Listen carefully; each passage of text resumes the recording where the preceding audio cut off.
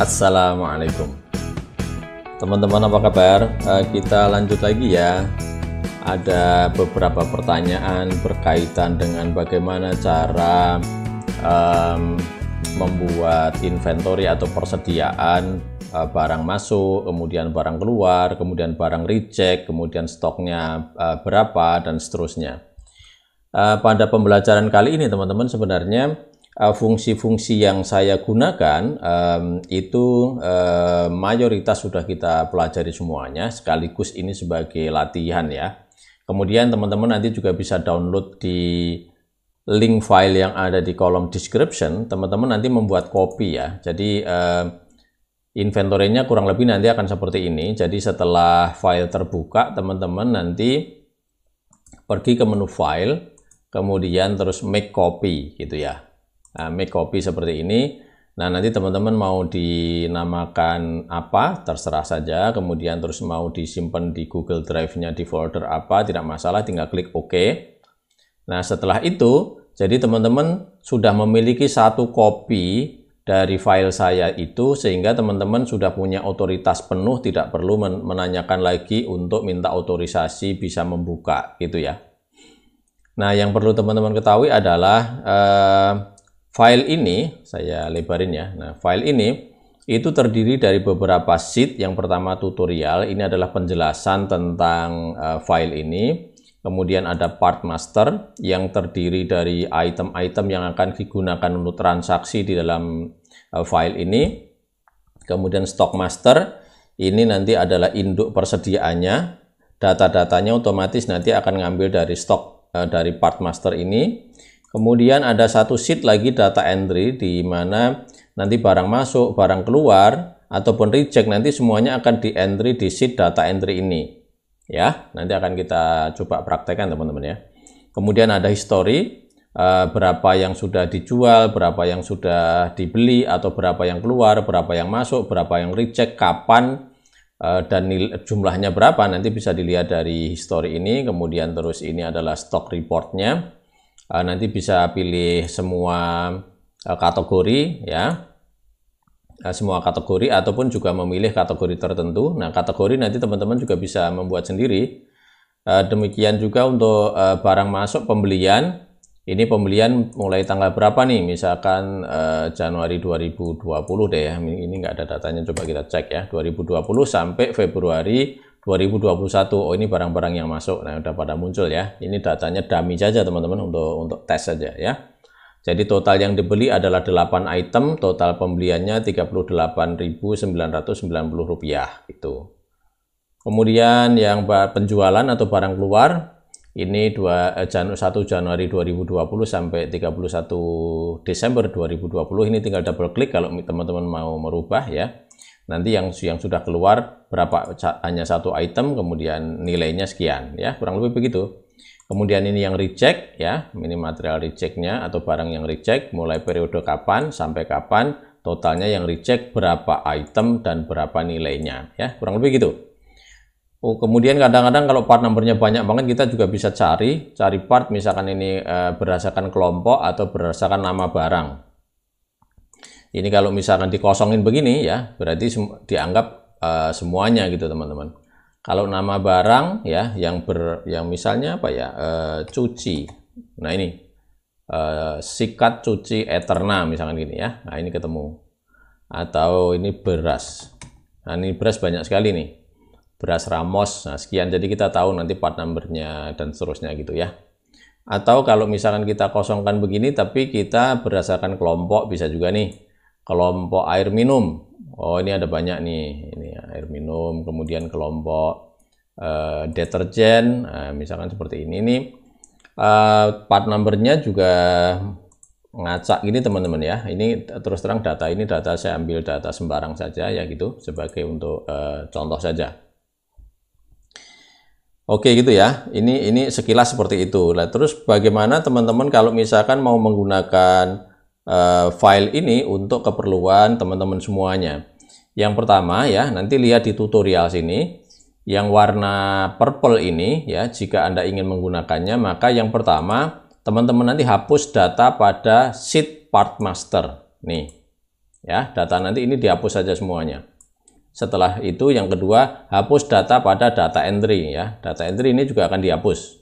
Terus setelah itu kembali ke tutorial sini, yang ketiga nanti part master teman-teman diisi dengan data nama barang ataupun part kode barang dari yang punya teman-teman sendiri ya. Nah, setelah itu, setelah nanti part master diisi dan itu sudah siap dilakukan untuk memasukkan barang atau pengeluaran barang ataupun reject melalui data entry.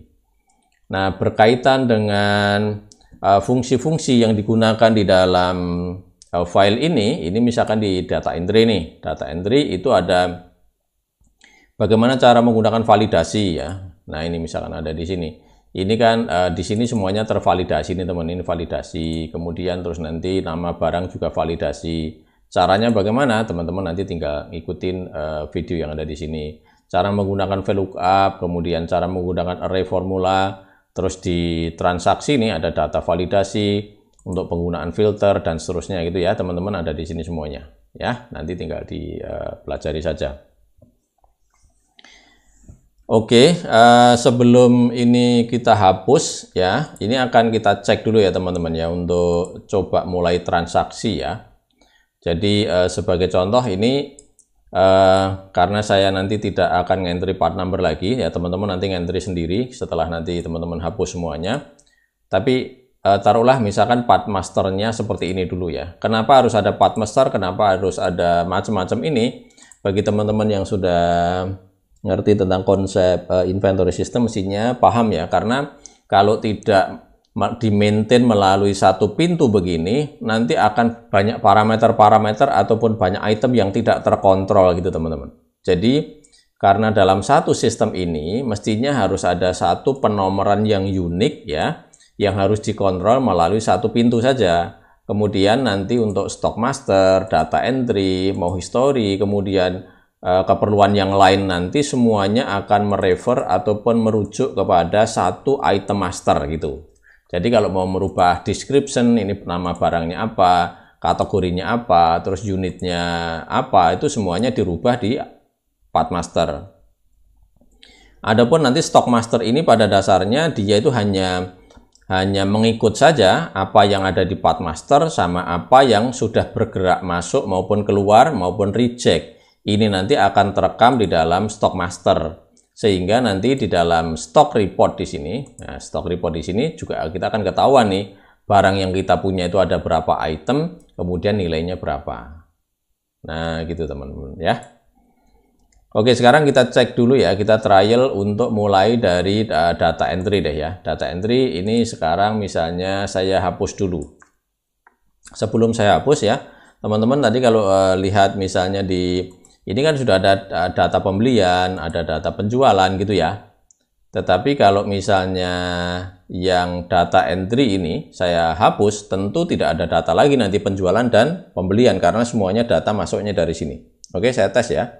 Ini saya hapus begini. Nah, kalau kita lihat nanti historinya sudah tidak ada lagi nih, tidak ada histori pembelian, penjualan atau barang masuk, barang keluar nggak ada. Stoknya juga kosong ya.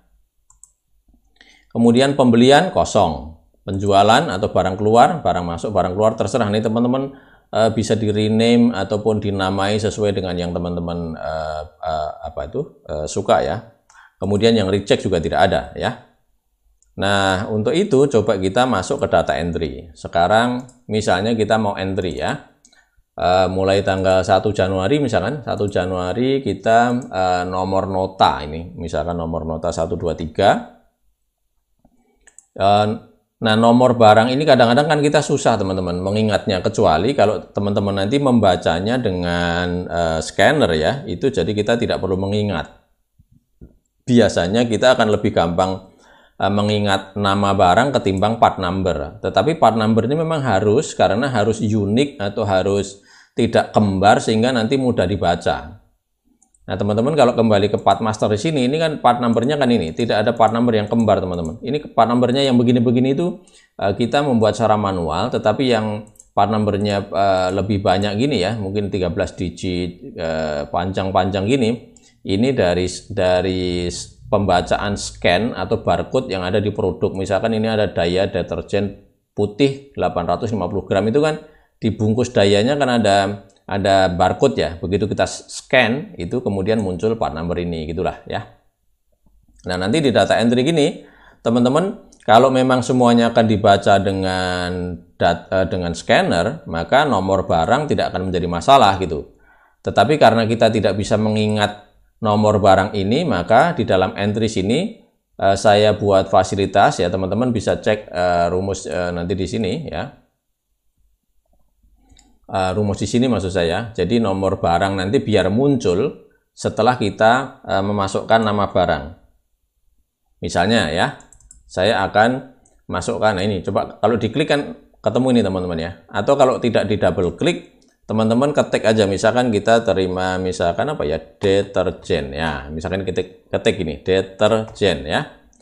Misalnya ya, kita terima daya deterjen lemon 850 gram, ini udah muncul nih part nomornya ya. Terima berapa? Misalnya kita terima berapa? 50 pieces atau 50 bungkus, ini kategori deterjen. Nah, mutasi ini teman-teman, ini ada 1 masuk, 2 itu keluar, 3 reject. Sehingga kalau ini dianggap barang masuk, teman-teman tinggal ketik 1 gitu ya. Dah, ini dianggap barang masuk. Nah, untuk ngecek bahwa barang ini sudah masuk atau belum, teman-teman juga bisa lihat di sini nih. Berarti pembelian dong atau barang masuk, cek di sini. Nah, ini 1 Januari 2021, ini nota pembeliannya ini daya deterjen lemon 850 gram, ini masuk 50 pieces, quantity 1 item, nilainya adalah 900.000 gitu ya. Di stok mestinya ada juga dong. Nah, ini di stok juga udah muncul ya. Nah, gitulah ya. Oke, kita lanjut dulu entry ya. Misalnya entry apa lagi nih? Kita misalkan beli beras. Ini pura-puranya kita baru masukin pembelian ya, atau baru barang masuk gitu teman-teman ya. Ini beras Pandan Wangi 5 kilo. Nah, ini part number juga sudah muncul. Diterima tanggal berapa ini? Misalkan pura-puranya tanggal 5 Januari. Nomor referensinya, nomor nota pembeliannya, terserah nanti teman-teman kan tinggal di entry aja ya, nomor nota pembeliannya. Kemudian kita beli misalkan 100 bungkus, mutasi juga 1. Kemudian kita masuk lagi, double klik, misalkan tanggal 15, tanggal 6 deh ya, atau bulan Februari ya, coba kita bulan Februari. Bulan Februari tanggal 1, kita beli sabun. Nah, ini sabun cair atau sabun cair Biore deh. Nah, misalkan gini ya. Ini 15 bungkus, ini masuk ya. Masuk. Kemudian tanggal 5 Februari kita masih beli lagi. Misalkan ada obat nyamuk nggak ya? Nggak ada. Apa itu? Baygon. Oh, ada ini. Baygon nyamuk. Ya, gitu ya. Tadi referensinya lupa belum diisi, misalkan 22, misalkan ini 33, ini sembarang aja teman-teman ya. Tapi saya harapkan nanti kalau memang ini real mau dipakai, teman-teman menggunakan nomor nota yang benar, sehingga nanti pada waktu reconcile antara data transaksi sama hard copy-nya apa itu surat jalannya, nanti gampang dicocokkan gitu ya. Kemudian misalkan ini kuantitinya berapa, misalkan 20 biji ya, berarti ini kodenya masih tetap 1 gitu ya. Kemudian tanggal 10 Februari ini 444 kita beli air minum nih, coba air minum ada ya. Oh, ini ada air minum mineral 600 ml Prima, misalnya berapa, katakanlah misalkan 120 gitu ya. Oke, kemudian 1. Nah, sampai di sini berarti kan ini transaksi masuk. Kenapa masuk? Karena semua kodenya 1. 1 masuk, 2 keluar, 3 rusak, gitu ya. Kemudian kalau kita cek history, nah ini historinya. Oh, ini kebetulan historinya September sampai Februari 2021, teman-teman. Kalau misalkan ini cek misalnya tanggal 1 Januari ya. Nah, itu misalkan 1 Januari sampai misalkan 1 bulan aja deh ya, 30 Januari, ternyata cuman menerima dua item aja nih, nilainya 8,7 juta. Kalau misalnya sampai Februari, 28 Februari ada 5 item, nilainya 10 juta, gitulah ya, ini historinya. Kemudian pembelian atau barang masuk ada 5 item, ini nilainya. Yang keluar, oh kita belum ada keluar kan, memang belum ada keluar, belum ada reject. Oke, sekarang kita tes pura-puranya kita ada barang keluar ya. Misalnya ini tanggal, nggak apa-apa, ini backdate misalnya ya, tanggal 6 Januari kita ada pengeluaran beras. Berasnya kan ini misalnya tadi yang ada stoknya kan yang pandan wangi 5 kiloan teman-teman ya, pandan wangi 5 kiloan. Nah ini misalkan keluar berapa? Misalkan 15 biji ya, atau 15 pieces, kemasannya terserah nanti ya, misalkan ini dianggap pieces atau dianggap bag atau dianggap apa, nanti teman-teman bisa membuat satuan sendiri yang masuk di dalam part master ya. Berarti kodenya apa teman-teman? Kodenya 2 kan? 2 ya, karena ini adalah barang keluar. Begitu ada pengeluaran, mestinya di history juga ada pengeluaran ya, ini ada pengeluaran. Kemudian di penjualan atau barang keluar, mestinya harus ada dong. Kok nggak muncul? Iya, karena ini kebetulan tanggal yang kita set, ini 2020. Kalau kita bikin 2021 sampai Desember 2021 nih, nah gini, tuh beras pandan wangi sudah keluar 15 pieces atau 15 bag gitu ya, nilainya sekian. Yang reject belum ada, karena kan kita belum ada barang reject ya. Kalau misalkan kita tes, ini di data entry begini, misalnya ternyata berasnya ada yang bolong, misalkan maksud saya apa namanya, bagnya ada yang bocor gitu, dianggap reject atau dianggap rusak. Katakanlah misalkan di sini tanggal misalkan 5 Januari, kemudian beras pandan wangi ya, yang 5 kiloan, itu ternyata ada yang rusak 2. Nah, gini. Teman-teman tinggal kodenya 3 aja sudah di sini. Nah, ini warnanya kuning nih, hati-hati nih, bener nih, reject ya. Oke, kalau kita lihat di reject, oh ini masih kosong karena tanggalnya kan kita belum set nih. Misalkan tanggal, pokoknya tahun 2021 deh ya. Misalnya ini berarti Januari 2021 sampai akhir Januari 2021. Nah gini, nih, jadi ada beras pandan wangi 2 bungkus yang reject gitu ya. Nah kurang lebih begitu teman-teman ya. Dengan demikian kan kita sudah bisa punya rekod berapa, kalau di history sini ya, ini history ya, ceritanya hanya history saja atau hanya riwayat saja. Jadi kalau kita akan melihat riwayat transaksi ya, mulai tanggal 1 Januari sampai 31 Januari. Jadi ini barang keluar, barang masuk, semuanya akan ada di sini nih. Jadi barang masuk, ini nomor 1, kode transaksi 11 berarti masuk, yang 2 berarti keluar, yang 3 berarti reject gitulah ya. Kalau di bulan Februari gimana nih? Bulan Februari, misalnya 1 Februari sampai 28 Februari belum ada pengeluaran ini dan belum ada yang reject ya. Jadi semuanya tergantung daripada data entry di sini. Begitu teman-teman ya. Jadi sederhana ya. Dan sekali lagi ini nanti teman-teman bisa coba, mudah-mudahan nanti juga nggak ada masalah. Terus rumus-rumusnya semuanya juga ada di sini semuanya ya. Kalau di sini sih rumusnya mungkin ada di sini nih ya. Ini tentang VLOOKUP menggunakan array ya. Nanti teman-teman bisa lihat di videonya. Kemudian ini otomatis nongol ya. Kemudian ini juga VLOOKUP juga. Kemudian tentunya yang lainnya ini juga pada VLOOKUP ini gitu ya. Mutasi ini dengan data validasi. Kemudian history ini juga coba kita lihat ya. Nah, ini juga menggunakan array dan juga apa nih teman-teman, coba kalau lihat ke bawah ya. Oh ini dengan filter nih ya, dengan filter. Jadi memfilter data transaksi berdasarkan tanggal gitu ya.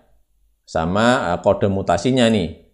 Kode mutasi. Jadi kalau misalkan ini mulai dari 1 Januari sampai dengan sampai dengan 28 Februari, tapi saya hanya barang masuk aja. Nah, nih semuanya barang masuk gitu ya. Barang yang keluar saja. Nah, cuman barang yang keluar nilainya sekian 1 juta. Kalau misalnya reject, ini ada 1 ya. Ini di history teman-teman ya. Oke, nanti, dan ini lagi-lagi formulanya nanti teman-teman juga bisa lihat di tutorial video yang sudah saya sertakan, yang ada di kolom, ada yang di sheet tutorial tadi ya.